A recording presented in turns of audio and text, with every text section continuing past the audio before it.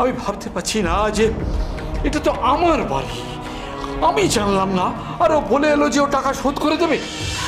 আপন স্বার্থ পাগলেও বোঝে দাদা। ও নাকি ব্যাংক থেকে লোন নিয়ে দেনা পরিশোধ করবে, বিনিময়ে ওই সর্বগ্রাসী মেয়ের নামে এই বাড়িটি লিখে দিতে হবে। অবশ্য অনুতোষ একবার বলছিল বটে যে ব্যাংকের দেনা পরিশোধ হয়ে যাবার পর আমার বাড়িটা আবারও আপনার নামে ফিরিয়ে দেবে। থামো তো ঠাকুরপো, থামো। কবে রাম রাজা হবে তবে সে রাজত্ব পাবে। একবার এই বাড়িটা অনিমার নামে হয়ে গেলে আবার বাবার নামে ফেরত আসবে, এই আশা না করাটাই ভালো।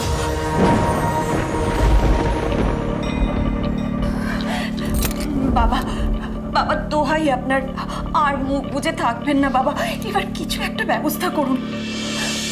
বাবা, আপনি তো জানেন আপনার বড় ছেলের আয় কতখানি, এবার যে আমাদের পথে বসতে হবে বাবা। নৈনং ছিদন্তি শস্ত্রাণি নৈনং দহতি পাবক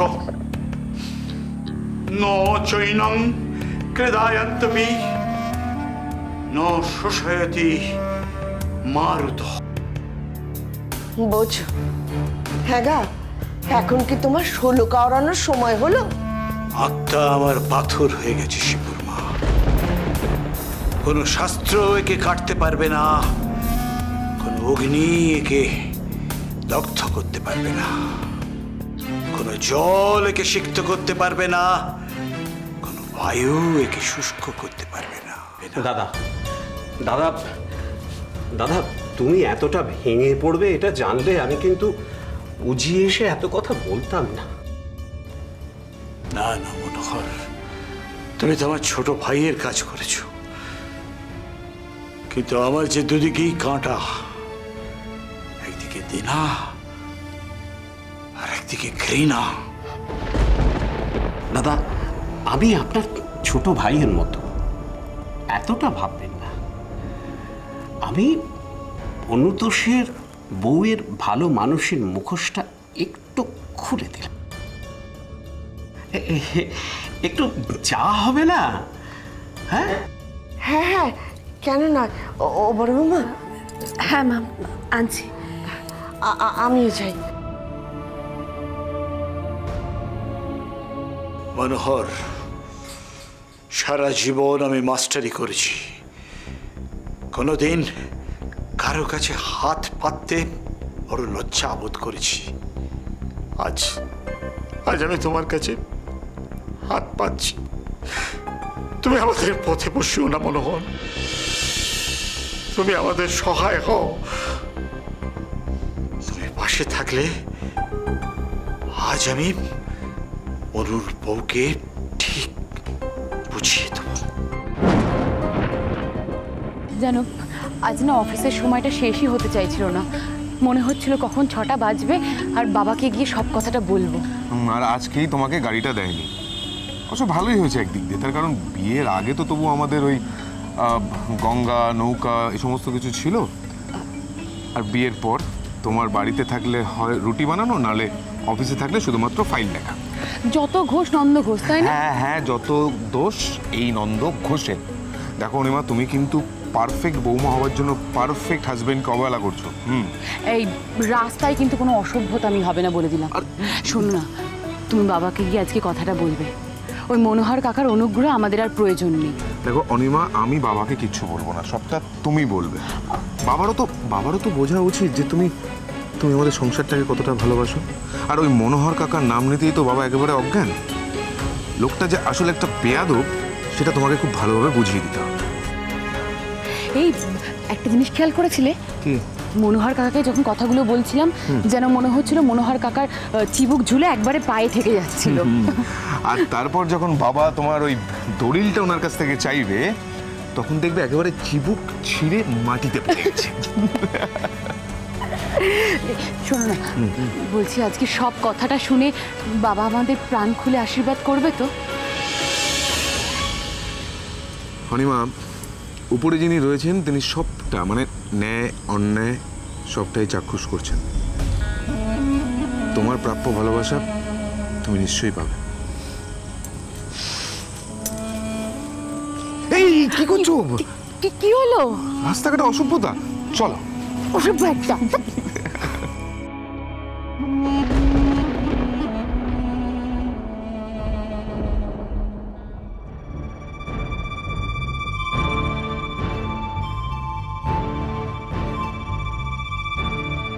বাবা, এত বড় একটা সিদ্ধান্ত নেওয়ার আগে তুমি দ্বিতীয়বার ভাববে না?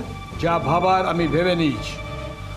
বাবা, তুমি কিন্তু নিজেই বলো যে ক্রোধের বশে কোনো সিদ্ধান্ত নেওয়া কিন্তু উচিত কর্ম নয়। শিবু, আমার শিক্ষায় আমাকে শিক্ষিত করবার চেষ্টা করো না, আর ক্রোধের বশবর্তী হয়ে আমি কিছু করছি না। তাহলে এটা কি বাবা? করবি, তুমি চুপ করো। তুমিও কি বাবার মুখে মুখে কথা বলবে নাকি? এখনো যদি কিছু না বলি তাহলে আর কবে বলবো বৌদি? এই, তুই কার তরফদারি হয়ে কথা বলছিস বলতো? হ্যাঁ, কে বৌদি? তুই জানিস ওই মেয়ে ভুলিয়ে ভালিয়ে এই বাড়িটা তোর বাবার নাম থেকে নিজের নামে করে নিতে চাইছে? এই, তুই যা এখান থেকে। বড়দের কথার মধ্যে একদম কথা বলবি না, যা তুই এখান থেকে। মা, আগে দাদা বৌদিকে আসতে দাও, ওদের থেকে সবটা শোনো, তারপর যা বাবার ভেবো। তুই চুপ কর। কলেজে 4টে বই কিনে দিয়ে, থিয়েটার সিনেমার ওই পয়সা জোগান দিয়ে তোকে ওই মেয়ে বশ করেছে, তাই না? আমি কিছু জানি না? ছি মা। শিবু, শিবু শোনো। রানতোষ, ওকে যেতে দাও। বাবা, বাবা আপনি একটু স্থির হয়ে বসুন এখানে। আপনার শরীরটাও তো বিশেষ ভালো নেই। তারপর বিপদ যখন আসে তখন চারিধার থেকেই আসে। আপনি একটু বসবেন, চলুন।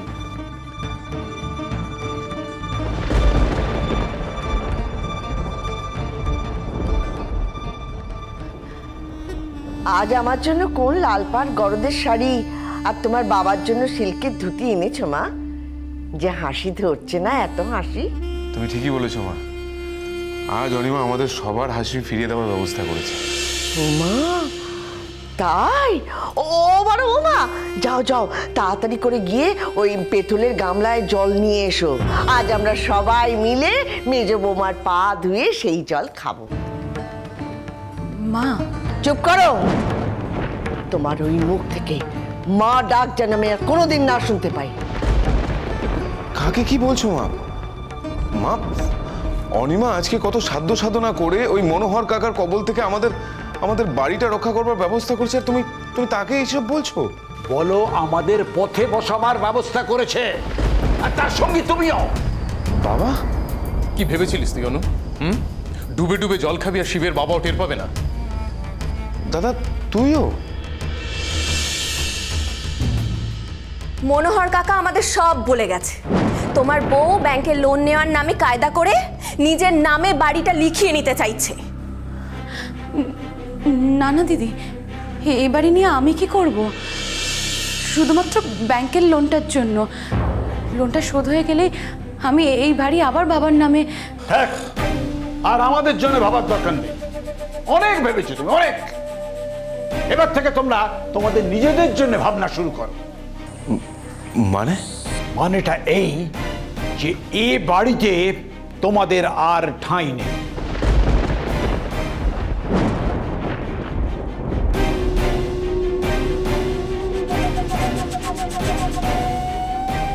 কাল সূর্যোদয়ের আগে এই বাড়ি ছেড়ে তোমরা চলে যাবে, এটাই আমার শেষ কথা।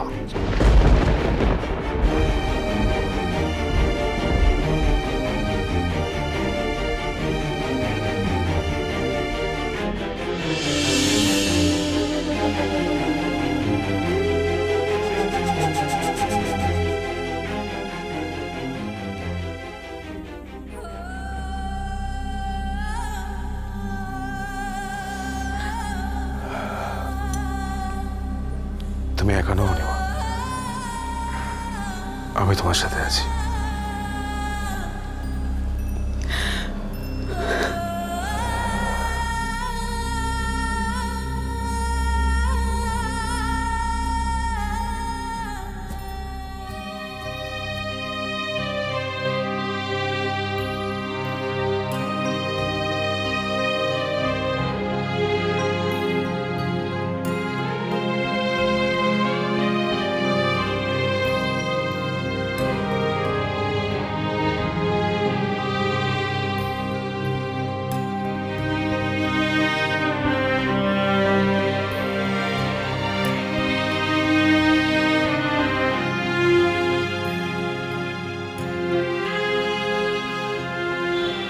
দিদি,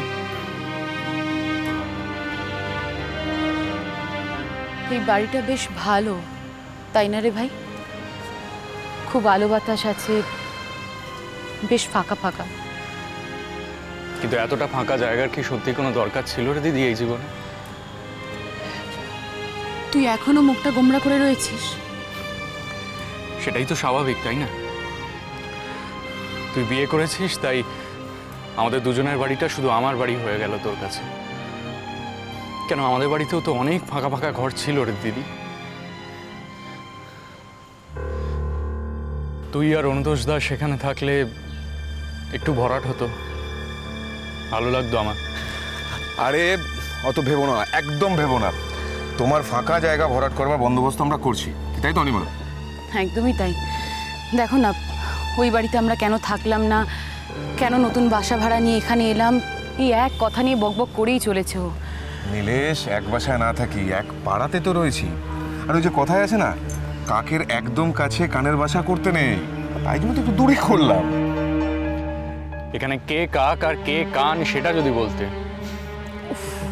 তুই থামলে একটু, জানা আমাকে একটু সাহায্য কর না, বাইরে জিনিসগুলো একটু ভেতরে রেখে দিয়ে আয় না। হ্যাঁ, যাই।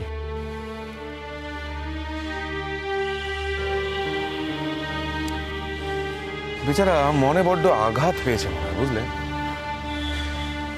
ভালোবাসা যেখানে যত বেশি থাকে সেখানে খুব অল্পতেই আঘাত পায় অনু।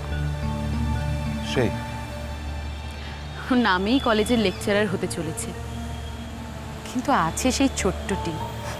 আর সেই জন্যই তো বলছি আমাদের এই মাস্টারমশাইয়ের জন্য একটা মাস্টার নিয়ে এনে দেওয়া হোক। দেখবে সমস্ত ছেলে মানুষগুলো একেবারে ভোকাট্টা। ভোকাট্টা? বেশ ভালো বললে তো কথাটা। আমায় বিয়ে করে তুমি সত্যি ভোকাট্টা হয়ে গেছো, তাই না অনু? কি কথার কি মানে করছো অনিমা? মানি তো এটাই, আমাকে বিয়ে করে তোমাকে তোমাকে তোমার সব ছাড়তে হলো। তোমার বাবা মা ভাই বোন দাদা বৌদি সব এক সুতোয় বাঁধা ছিল তোমার ভালোবাসার ঘড়ি। আমি একটানে সেটাকে ছিঁড়ে তোমায় ভোকাট্টা করে দিলাম। এসব কি বলছো অনিমা?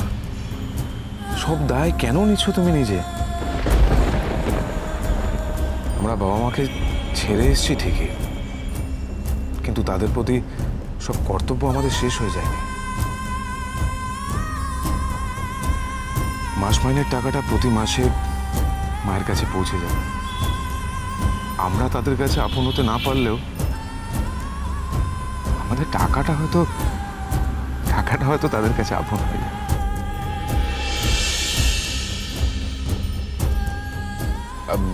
এই নীলেশটা যে কোথায়, আমি দেখছি।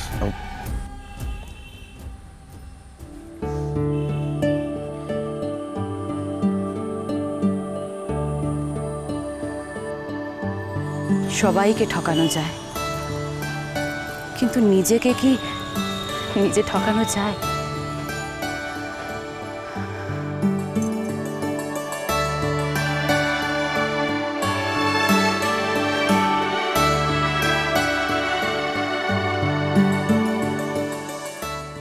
দাদা গো দাদা, জীবনের টাকাটাই কি সব?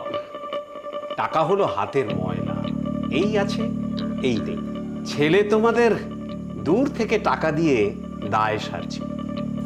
বিবেক আর বিবেক ঠাকুরপো, ওসব বিবেক টিবেক বইয়ের পায়ের তলায় অঞ্জলি দিয়েছে। 10 মাস 10 দিন যে ছেলেকে পেটে ধরেছি, এক কথায় কেমন পর হয়ে গেল ভাবো। শুনলাম তারা নাকি ভালোই আছে, নতুন একটা বাড়ি ভাড়া নিয়েছে। হ্যাঁ, ঠিকই শুনেছ বৌমা। দেখো, একদিন না একদিন তো তারা আলাদা হয়ে যেতই। দেখো, চাকরি করা, চপ কাটলেট খাওয়া মেয়ে সারা জীবন বাটি চচ্চড়ি আর ডাল ভাত খেয়ে কি কাটাতে পারতো? যা হয়েছে ঠিকই হয়েছে। আমি রাস্তায় দাঁড়িয়ে ভিক্ষে করব, তবু ওই অলক্ষণে মেয়েকে এবারই চৌকাট বেরোতে দেবো না। এই কথাটা শুনে আমি কিন্তু ভীষণ রেগে গেলাম দাদা। তোমার মনটা কত বড় ঠাকুরপো, এত কাণ্ড হয়ে যাবার পরও তুমি কি না ওই বইয়ের পাশ নিচ্ছ? কাকাবাবু সবসময় সামনেই হোক আর আড়ালেই হোক, অনিমাকে তেলিয়েই গেল। না না না না বড় মামা, না, তেলাতেলির প্রশ্নই ওঠে না। মায়া মমতা সবই ছিল, কিন্তু যখন থেকে ও তোমাদের কাছ থেকে বাড়ির দলিল বার করে নিজের নামে করে নেবার ফিকির করেছে, তখন থেকে সব গেছে। তাহলে আমার রাগ হচ্ছে দাদা এত বড় কথাটা ভাবলো কি করে? আমি বেঁচে থাকতে তোমরা পথে পথে নেমে ভিক্ষে করবে? না না, দেখো আমি কিন্তু টাকাটা চেয়েছিলাম, কিন্তু সেটা রাগ করি। না না, রাগ হওয়াটা তো স্বাভাবিক। বৌমা যেভাবে তোমাকে হেনস্থা করলো। সত্যি ঠাকুরপো, লজ্জায় আমার মাথা হেঁট হয়ে যাচ্ছে। ছি ছি ছি ছি ছি বৌদি, এইভাবে বলে আমাকে লজ্জা দেবে না। আপনারা থাকুন, আপনারা থাকুন না, যতদিন পারেন এই বাড়িতে থাকুন, ভোগ দখল করুন, আমি ঘুরেও তাকাবো না। কি বলবো, তোমার এই ঋণ আমি সারা জীবনও শোধ করতে পারবো না। ভগবান তোমার মঙ্গল করুন। দাদা গো, ভগবান এখন আমাদের মতো ভালো মানুষের দিকে ফিরেও তাকায়। কি যে ভোগান্তি যাচ্ছে আমাদের। এক্সাইজ ডিপার্টমেন্টের হঠাৎ নজর পড়েছে আমার লরিগুলোর ওপর, কি থেকে যে কি হয়ে যাচ্ছে।